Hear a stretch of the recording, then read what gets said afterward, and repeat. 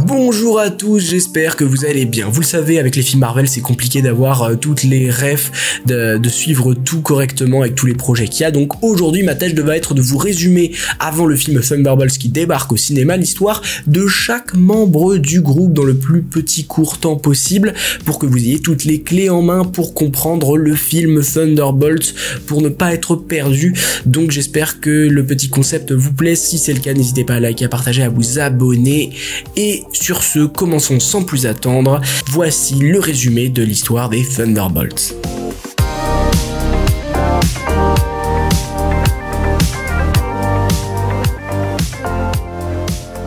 James Buchanan Barnes, surnommé Bucky, est le meilleur ami de Steve Rogers. Il survit à une chute mortelle durant la Seconde Guerre mondiale grâce à des expériences menées par Hydra qui l'a capturé.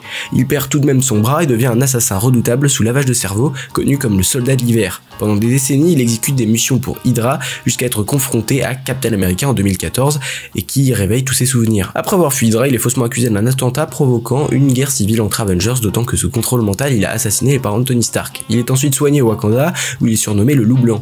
Il combat Thanos aux côtés des Avengers, disparaît durant le snap, mais est ramené à la vie grâce aux autres Avengers et participe à la bataille finale pour vaincre Thanos. Après le décès présumé de Steve Rogers, il soutient Sam Wilson comme nouveau Captain America, fait une thérapie et essaye de se racheter de ses crimes, aide à stopper les Flag Smashers. En 2027, il entame une nouvelle vie en se lançant en politique. Alexei Shostakov, alias Red Guardian, est le premier super soldat soviétique. Membre de l'armée rouge, il a aussi fait partie des cadres de la Chambre rouge aux côtés du général Dreykov, supervisant un programme formant des espionnes et assassines d'élite, les Veuves Noires. En 1992, après la chute de l'URSS, il est envoyé sous couverture dans l'Ohio avec Melina Vostokov pour infiltrer l'Institut Nord, une base d'Hydra infiltrée au sein du SHIELD, pour récupérer des informations du programme de contrôle mental effectué sur Bucky Barnes. Ils se font passer pour une famille américaine avec Natasha Romanoff et Yelena Belova comme filles adoptives.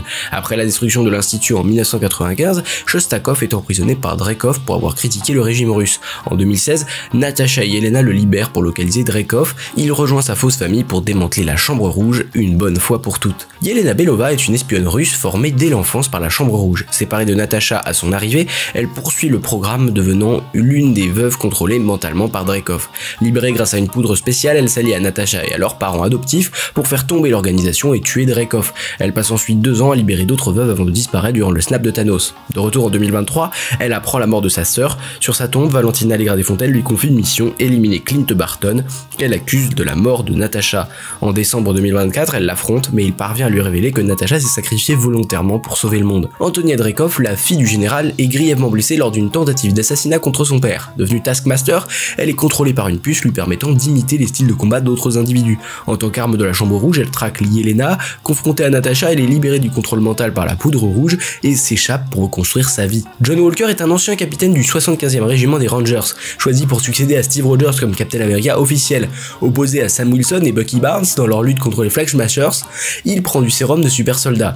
Après la mort de son ami Lemar Hoskins, il tue brutalement un Flag Smasher désarmé en public, ce qui entraîne sa destitution du rôle de Captain. Il aide ensuite Captain America et Bucky à arrêter les Flag Smashers et est recruté par Valentina Allegra-Desfontaines, qui le renomme US Agent. Ava Starr est la fille d'Elias et Catherine Starr. Elle a acquis la capacité de se rendre immatérielle à la suite d'un accident quantique qui a aussi tué ses parents. À un jeune âge, le SHIELD commence à profiter de ses pouvoirs, l'enrôlant comme agent sous le surnom du Fantôme avant l'infiltration d'Hydra et la fin de l'organisation. Avec l'aide de Bill Foster, Ava se rend compte qu'elle meurt lentement en raison d'un manque d'énergie quantique. Elle apprend l'existence d'une passerelle vers le royaume quantique conçue par Hank Pym, stocké dans un laboratoire portable qui permettrait potentiellement de la guérir. Après avoir été opposé à Ant-Man et la Guêpe qui protégeait le labo pour sauver Janet Van Dyne, cette dernière ayant acquis des dons d'énergie parvient à sauver Ava in extremis. Contessa Valentina Allegra-Desfontaines est la directrice de la CIA dont le but actuel est de recruter divers individus puissants, y compris John Walker et Yelena Belova.